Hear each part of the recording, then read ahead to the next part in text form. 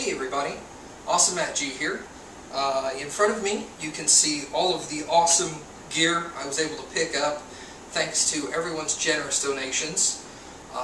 Every donator, there will be credits somewhere in my video series giving all of the donators some semblance of credit for helping me out.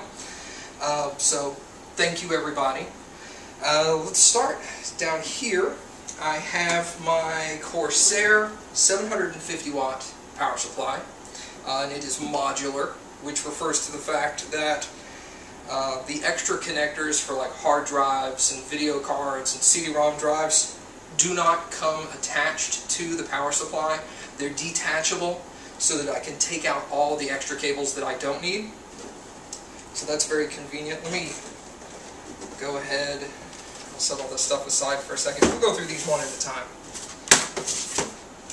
Let's start with that. Okay.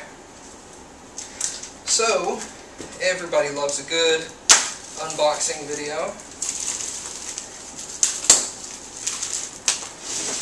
Get all this plastic wrap off here. I would have done this first, but I'm pretty sure somebody's going to go, hey, you unboxed everything before, and now you're just doing it again. So, let's see. Looks like that. And now I'm going to move the camera closer so y'all can see all the stuff. It's probably a better idea.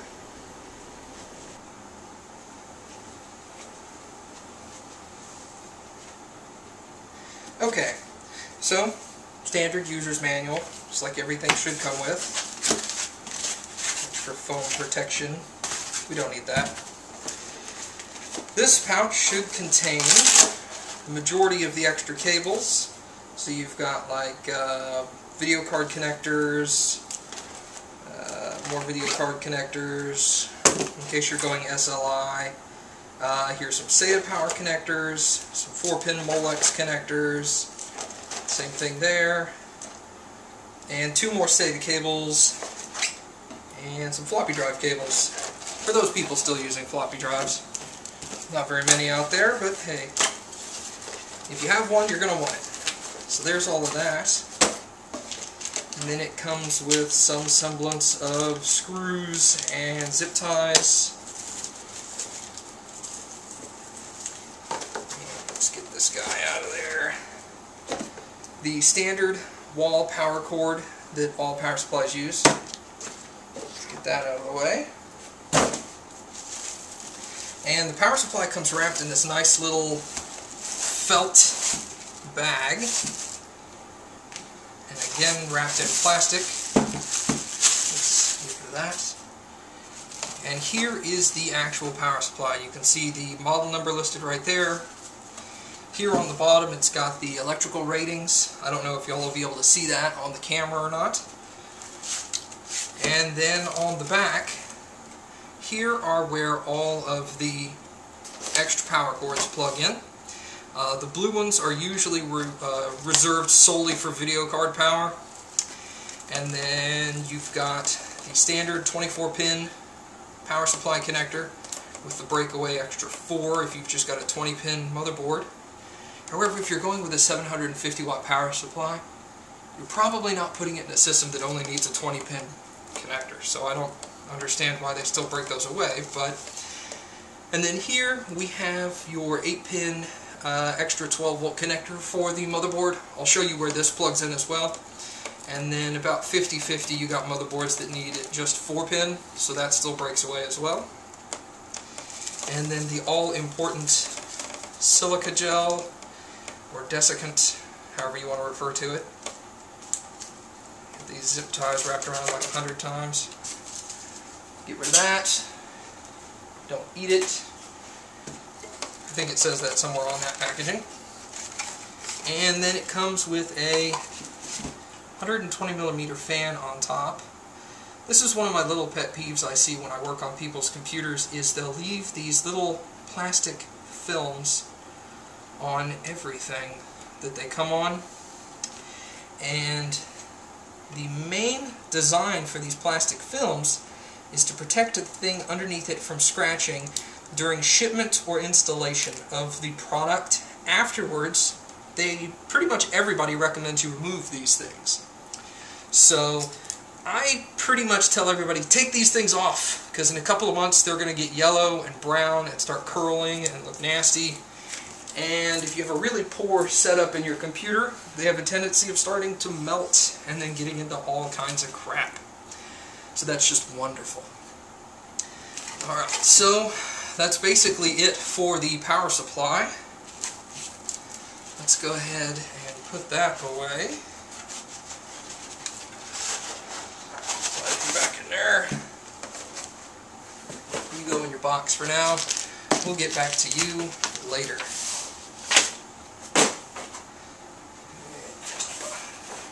There. Okay. So next on our list should probably be the motherboard. This is the Asus Sabertooth 990FX.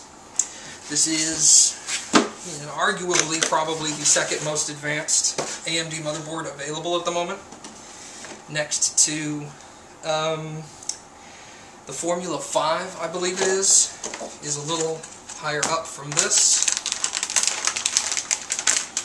Of course, it comes in the obligatory anti-static bag. Remove that real quick.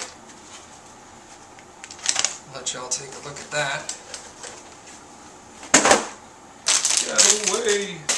Okay, so, like all motherboards, you've got yourself your processor socket, RAM slots, which takes DDR3, connectors on the back.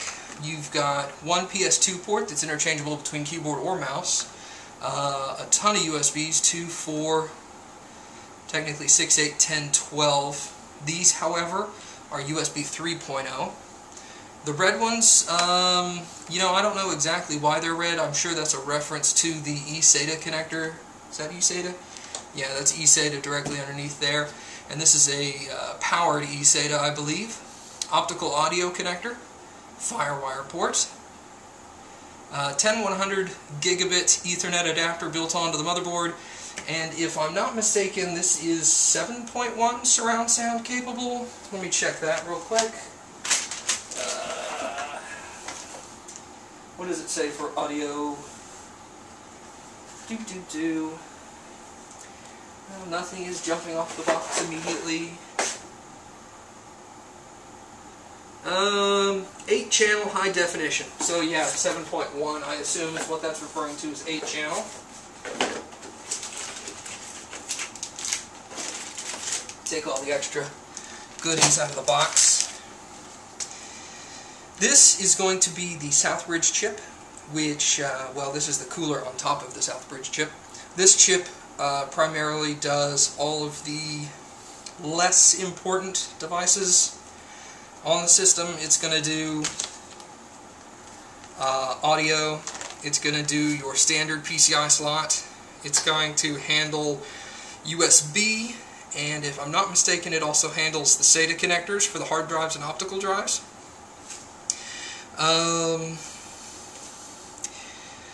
Yeah, that's basically it.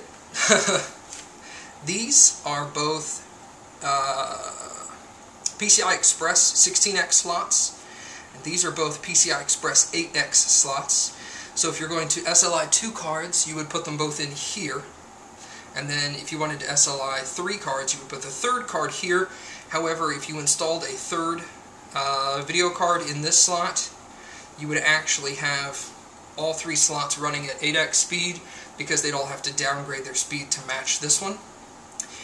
Standard PCI for some old connectors, PCI Express 1X for newer equipment, and that's probably where I'm going to put, actually no, I'm going to put my PCI Express 1X capture card over here.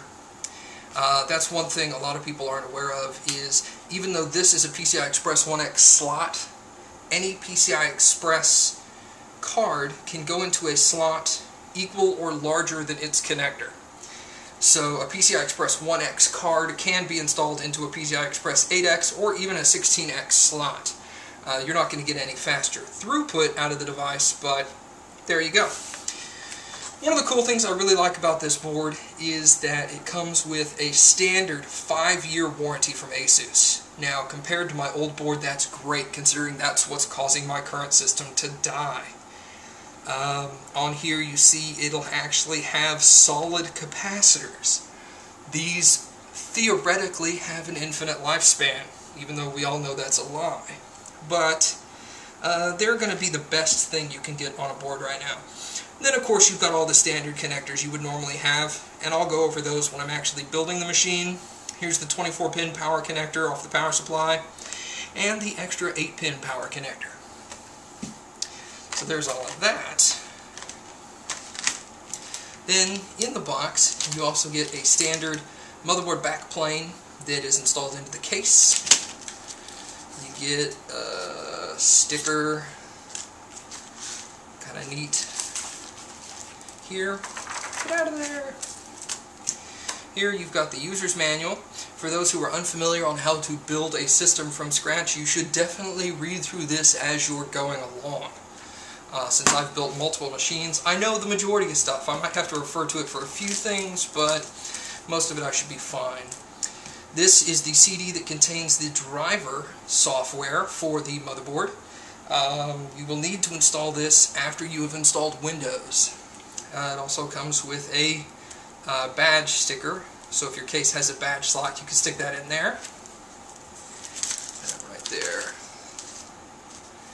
Certificate of reliability. This is something that this particular board comes with, basically stating that they are proud enough with this board that they are comfortable to give it a easily 5-year manufacturer warranty for defects. And it's just something neat that they think that the users would love to see. I guess they expect you to hang it on your wall or something. I'm not going to do that. And here is a booklet, more than likely detailing what the 5-year warranty is going to cover in every other language other than English, apparently. French. English is in the front. Yes, dear customer, we love our motherboard. It is the sweetest. 5-year warranty on all the tough items. Limitations, you know, you have to have the serial number. Damaged by parts not manufactured or sold by ASUS, so that kind of goes without saying. So there's that. If you have any defect problems, refer to that to see if it's covered. Here we have a standard SLI or Crossfire connector for your video cards. A lot of video cards are starting to come with those now as well. Also includes 4 SATA cables, and these are certified as SATA 3, which is like 6 gigabit a second transfer rate. Really, I don't think the cables need to be certified. I'm not sure. I could be wrong on that, but I'm pretty confident cables are cables.